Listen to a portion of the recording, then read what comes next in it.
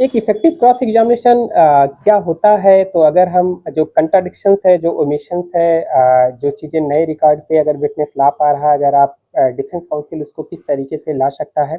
तो इसका अगर हम प्रोसेस देखते हैं तो सेक्शन 162 जो सीआरपीसी या नए समय में जो 181 बीएनएस है, उसमें जो इफ डुली प्रूव्ड का क्या मतलब है, उसका मतलब ये है कि जिस भाग को भी आपको कंट्राडिक्शन करने के लिए प्रयोग किया जाना है, उस भाग पर आपको क्या करना पड़ेगा, उस पार्ट पे आपको विटनेस का ध्यान दिलाना पड़ेगा। यदि विटनेस ने ये चीज़ मान लेता है कि ये कंट्राडिक्शन है, तो आपका काम हो गया। तो ये मान लिया जाएगा तो वो कंट्राडिक्शन आपका प्रूफ हो जाएगा। इसके इसके बाद आपको कुछ भी चीज़ें नहीं करनी है। लेकिन यदि विटनेस ये कहता है कि उसने इन्वेस्टिगेशन ऑफिसर को ये बात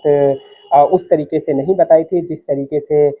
161 सीआरपीसी में या 180 बीएनएसएस में लिखा गया है, तो डेफिनेटली आपको तो वो कंट्राडिक्शंस है। आपको आपको फिर ये बात जब इन्वेस्टिगेशन ऑफिसर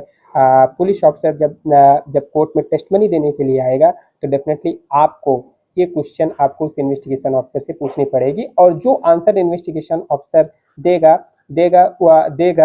उस कंट्राडिक्शन को तब जाके कोर्ट उसको जब एविडेंस का कोर्ट अप्रिसिएशन करेगी, तो कोर्ट ये मानेगी कि वो कंट्राडिक्शन प्रूव है या अनप्रूव है। तो डेफिनेटली इन्वेस्टिगेशन ऑफिसर जब वो टेस्टमनी के लिए आएगा, तो आपको आपको जो उसमें ओमिशंस, जो उसमें कंट्राडिक्शंस विटनेस ने टेस्टमनी में दिया है